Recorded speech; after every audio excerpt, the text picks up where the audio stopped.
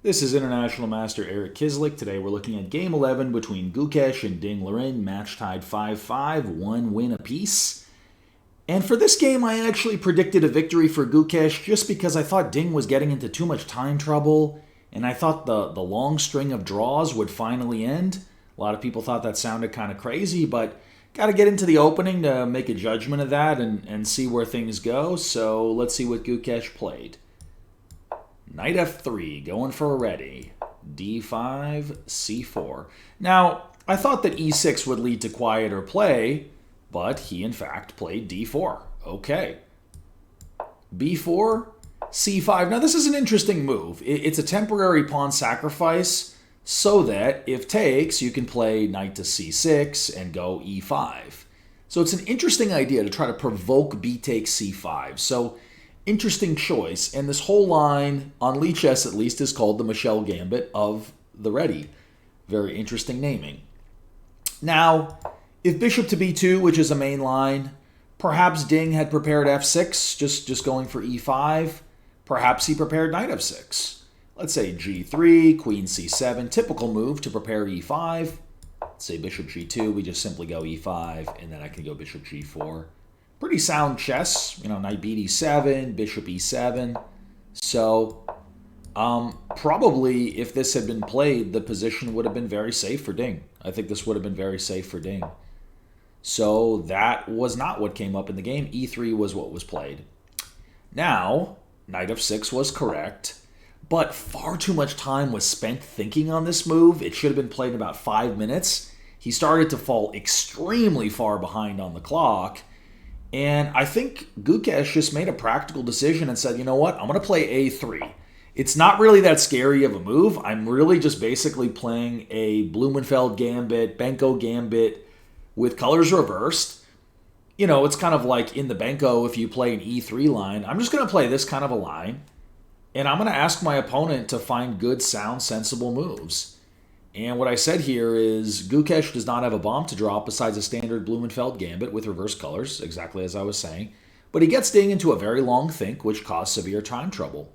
So I'll show some other typical moves. Remember what I was saying about b takes c5? We just go knight c6, take, take.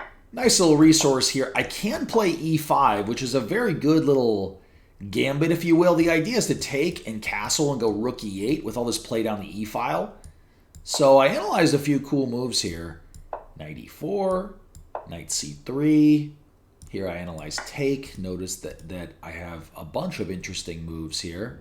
I have all kinds of interesting little tactical tries here. And notice that if I do take on a3, he can't check and take because of knight c2 check.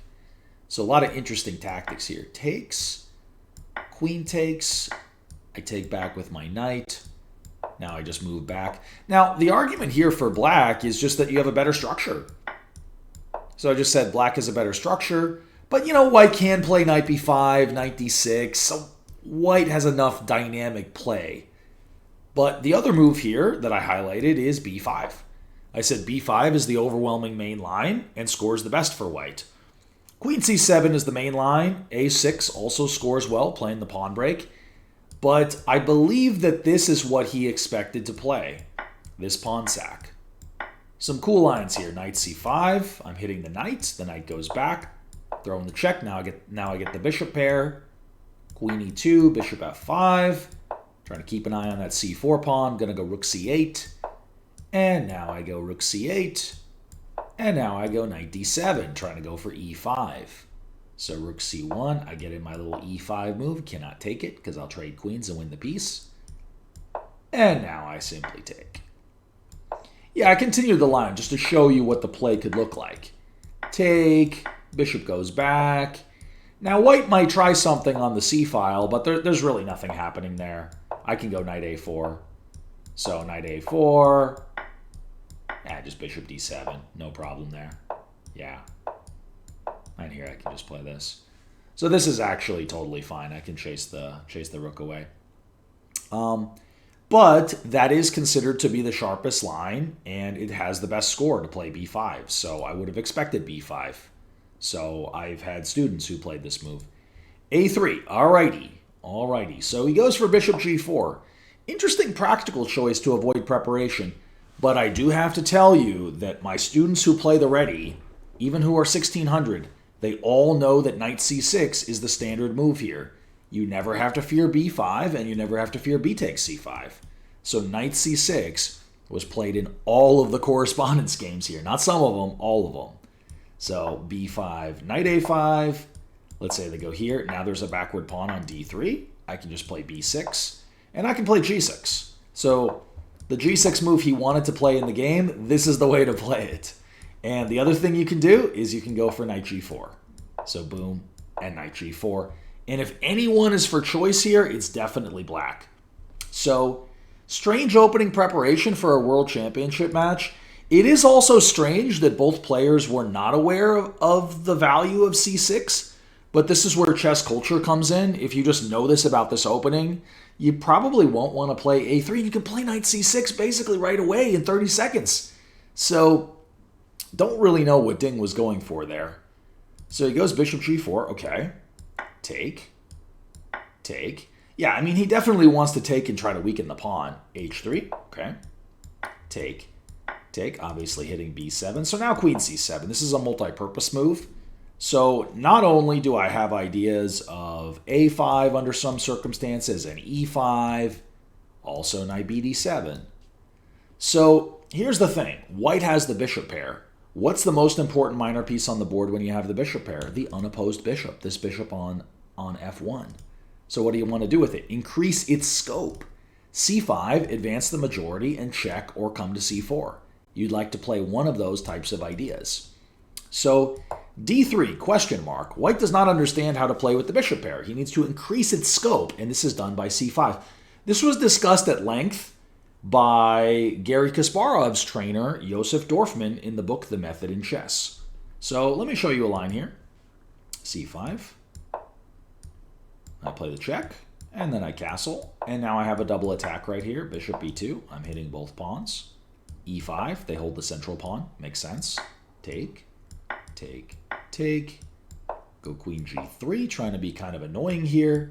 Now I go queen b3, holding the pawn. Rook e1. Yeah, I basically think white's a little better here because of the bishop pair.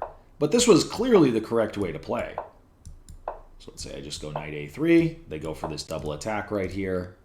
But I can take here. Take, take, and then I go queen takes b7. So you know, is this something super compelling? No, but it's also quite interesting nonetheless. I mean, I take here, I'm going into this ending. Now, black does have this excellent move, rook b8, which is kind of similar to the game, but you know what? This is still a better version than what they got, you know, not only in some side variations, but also in previous games, in the previous white game, I should say. In that one, where it was rook and bishop versus rook and knight. So, anyway, I said white's slightly better there, but that would have been pretty hard work for Ding there. So, d3, bad move, allowing a5. a5 key move, trying to fight for this c5 square for this knight to become a monster there. Now, what should white do here? You've heard me say this before. Don't fail to bail when your position is frail. You try to bail out. So, what do you want to do here? b5 or b takes a5? B takes a5. You go for simplification. Also, you want to open up the bishop pair. So he has a bishop pair. Why not try to use it? So knight d2. Now I go g3. Now I go bishop to b2. Now I will need to bring the queen back to defend everything so I can castle. So here I go rook b1. That's fine. Bishop g2. Castle, castle. So am I better as white? No, but I'm quite safe. I'm quite safe. So this is obviously the right way to play. Okay, so b5 played. Now white has to be careful. He can try to hold equality. Now after a long think, Gukesh finds g3. That is correct. He needs to get play against b7. He needs counterplay. Increase the scope of the unopposed bishop. Now, I did analyze e5 and bishop to d6, but I think white's okay here. It's just a little tricky. He's got to play for bishop a3 and to chop here. He just doesn't have a choice. He's so passive. So I go bishop a3. I said this cements control of c5 when white has to seek exchanges. There's no other choice besides exchanging. So I go here, f5, take, take. Now, who knows if Gukesh would have found this? This is, this is not easy to do, to go into this type of a position. Now, here's another fun line. Giving up the pawn, b6, key tactical move, and then queen takes a5. Sorry, knight takes a5. And I play out this line where I play the sacrifice of the piece because I have 3 connected passed pawns, and they're very hard to stop because I have the move rook b5, and that's basically my saving move here. So, pretty crazy stuff, but yes, I get a6. I get a6, so this is only a draw. Take. And rook takes c4, and it's only equal, but that line was not compelling enough, so he plays knight fd7. Very interesting move.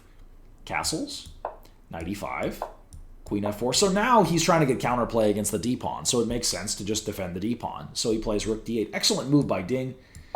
When I was watching Nakamura during the game, he kind of didn't think that this was going to be played, but I was thinking, no, of course he's going to defend the central pawn. He wants to keep the central pawn here. So, there's no knight takes d3. So that's why he does that.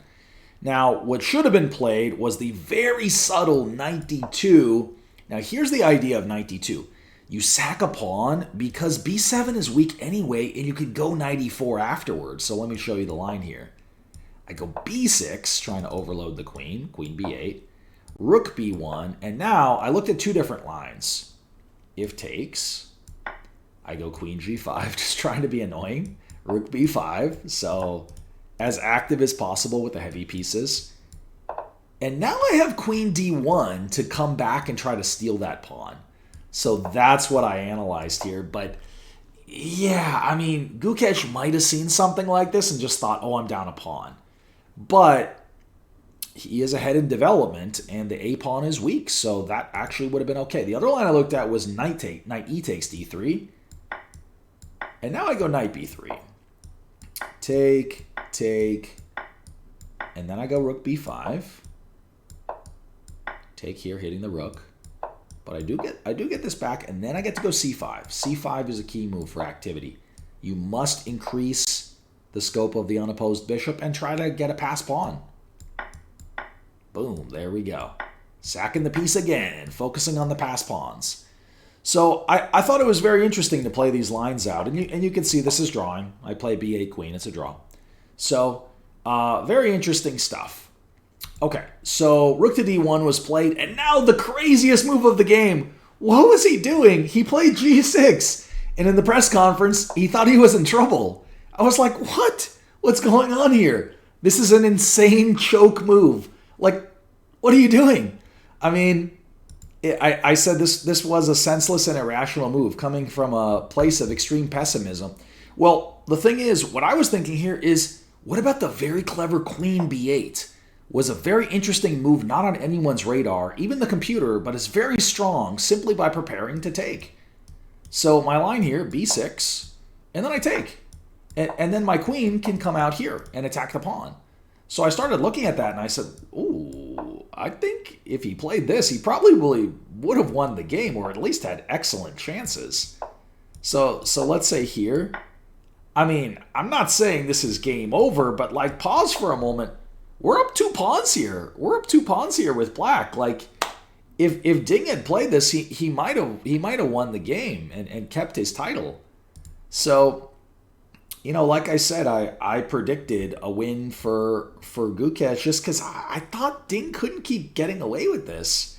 So if e6, which was the correct move, he has no choice but to play this and go into this ending. Here I think you could take with the bishop as well. I like taking with the rook.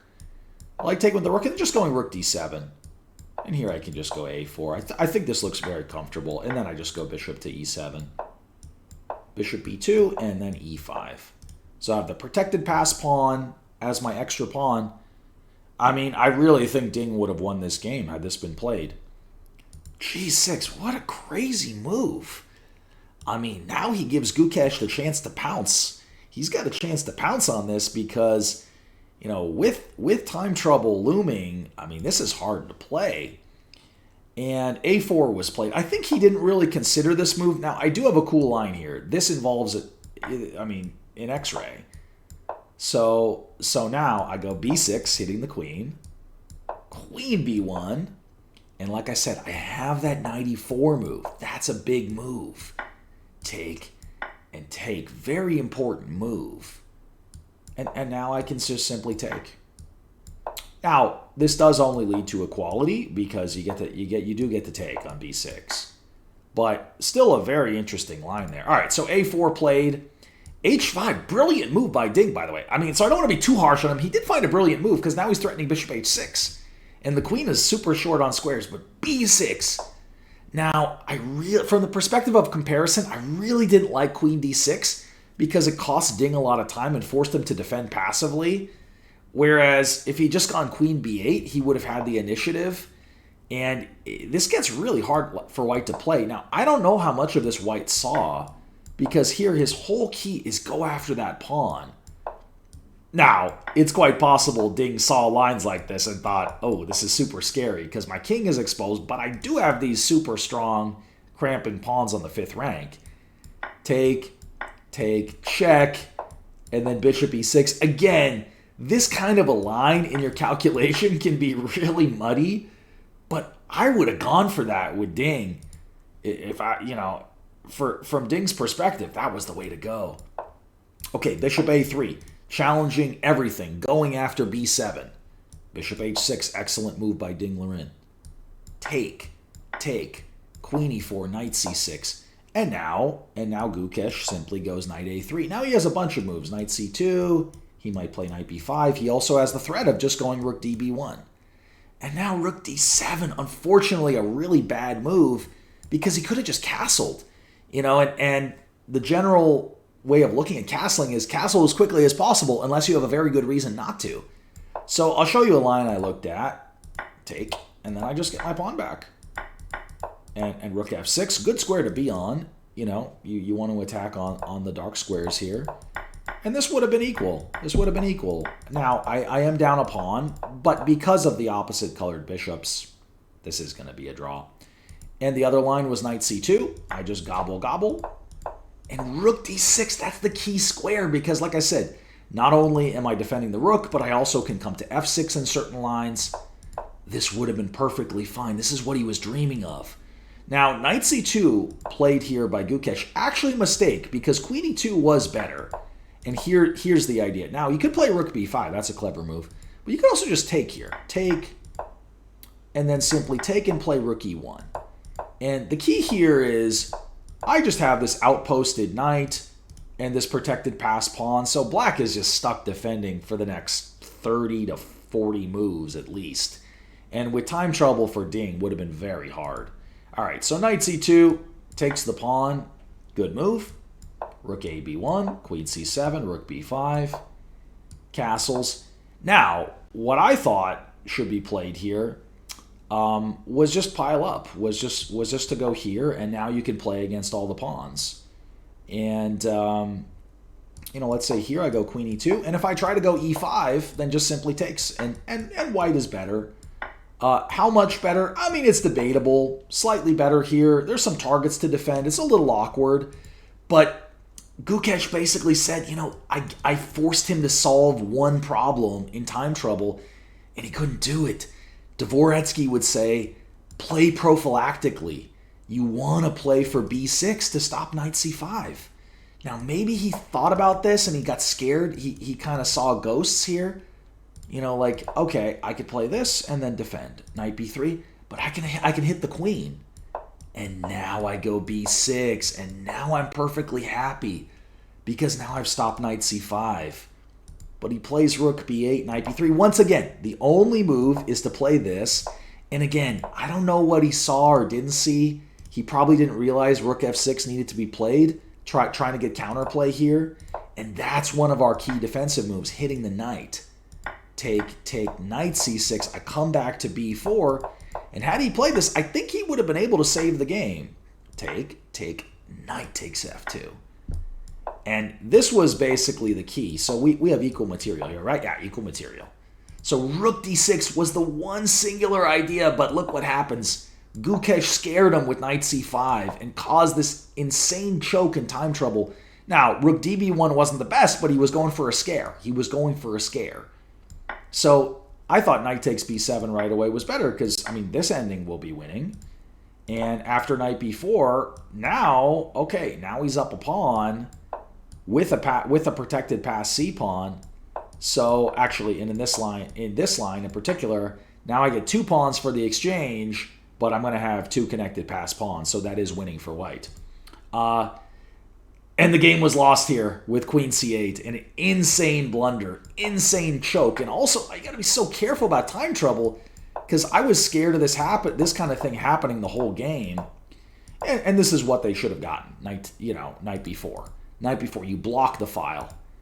Queen c8, the insane choke, and queen takes c6. He's losing that rook. So he's basically going to end up in this position down a full piece. So he resigns. And I was afraid of queen takes c6 coming. I was afraid of queen takes c6 and this exact type of thing happening. He creates one threat, knight a1 to b3 to c5. One threat, which you have to stop with Dvoretsky prophylactic play with rook d6. Just that one threat, and he doesn't find a way to defend. And loses a full piece and resigns the game. Ding Liren down a game after game 11. Ay, what a complete disaster. The opening didn't go well initially. Then Gukesh made a terrible positional blunder, and he was basically almost winning as black, positionally winning as black. And then he plays with extreme pessimism and just chokes away the whole thing. He was positionally winning. He choked the whole thing away. How'd he do that? Oh, no. This is why you got to be so careful about time management. And also, in your preparation, you have to think very generally about piece placement and plans because he had everything he could ever want, but then he did something really strange. He put his bishop on a weird square. He put his queen on a weird square. He put his rook on a weird square. Notice everything was related to weird, illogical piece play. But had he put his pieces on the correct squares, he either would have won the game, around move 20 when he had that big edge. He could have pressed for 15 moves and maybe won that, or at least drawn the game comfortably, like with rook d6 on move 25 or 26. But he choked that away, so very disappointing for the world champion. Hopefully he can come back.